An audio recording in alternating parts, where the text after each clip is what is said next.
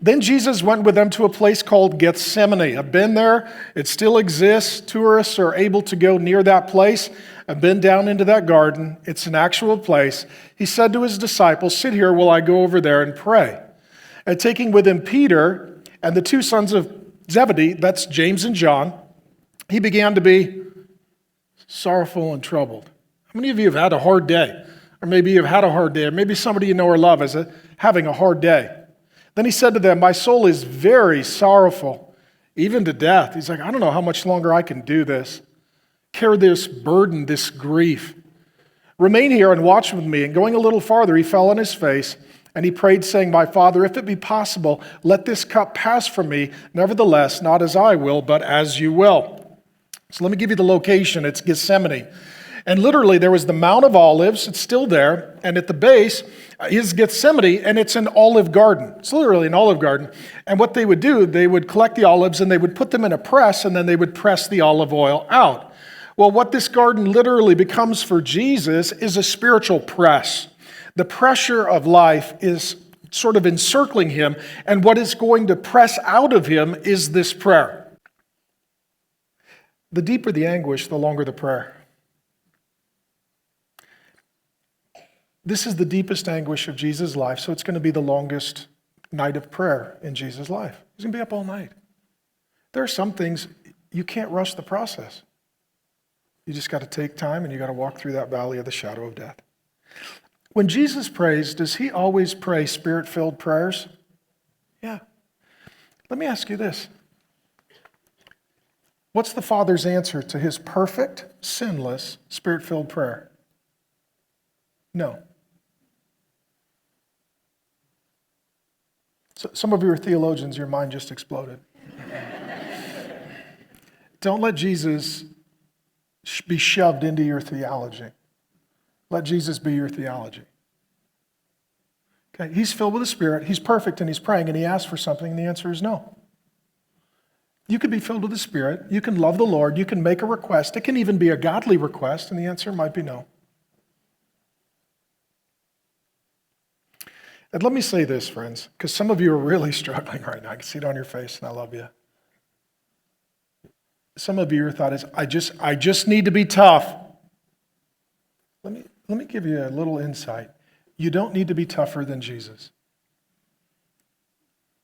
Let me go a step further. You can't be tougher than Jesus.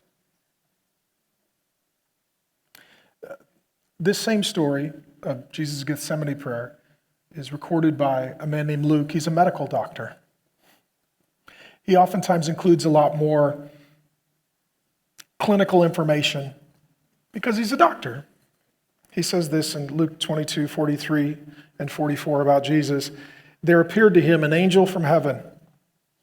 You know what? Jesus needed some supernatural help. Strengthening him, and being in agony, he prayed more earnestly, and his sweat became like great drops of blood falling down to the ground. That's what Dr. Luke records. It's a medical condition called hematidrosis.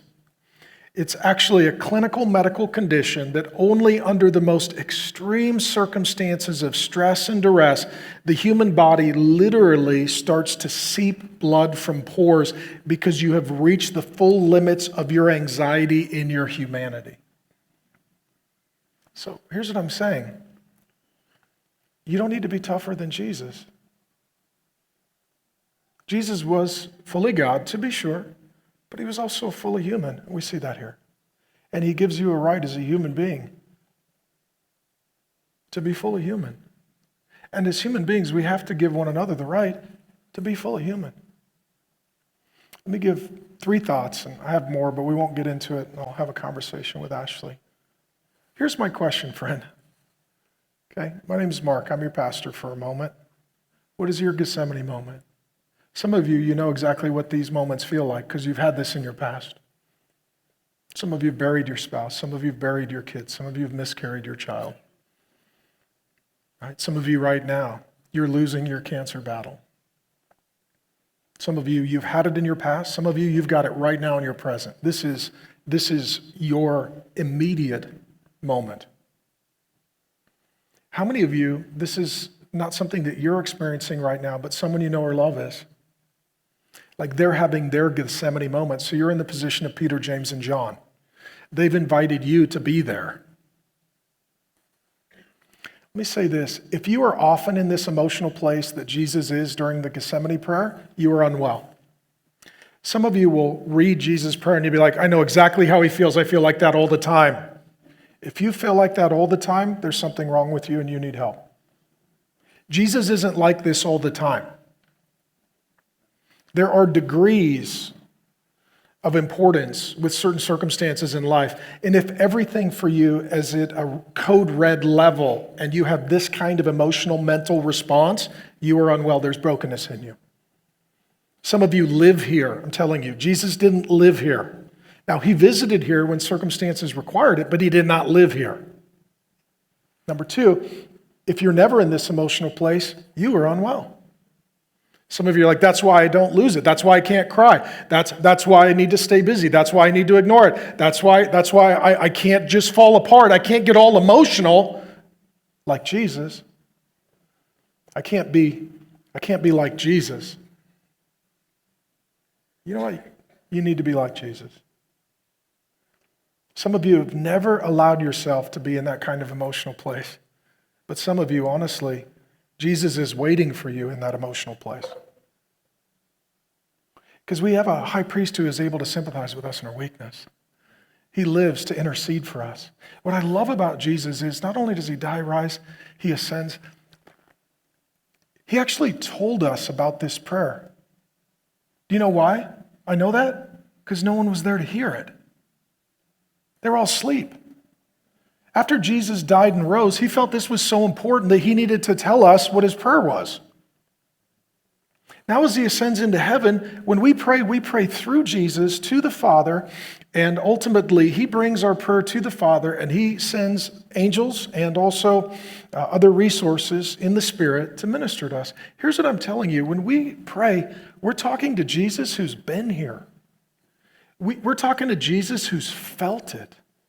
We're talking to Jesus that had betrayal, demonic attack, poverty, anxiety. We're also talking to a Jesus who has felt physical suffering and pain. See, every other religion has a concept of God that he lives far away and he's not going to get in it. Only Christianity says our God came down and got in it with us, and he went up, and when we talk in prayer, we talk to the God who's been in it, and he intercedes for us, and he has compassion and empathy available to us. Last one on this list. If you've skipped this emotional place, you are unwell, and you will remain unwell until you revisit it. I love you.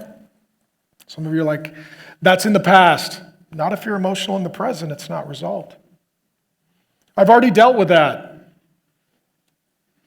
Probably not. Some of you, there's a brokenness in your past that is not fully healed because you've not had your Gethsemane moment. You've not just taken the time and energy to pray and meet with the Father and work the process through and come into right relationship and actually be honest about how you're feeling and what you're thinking and what is happening.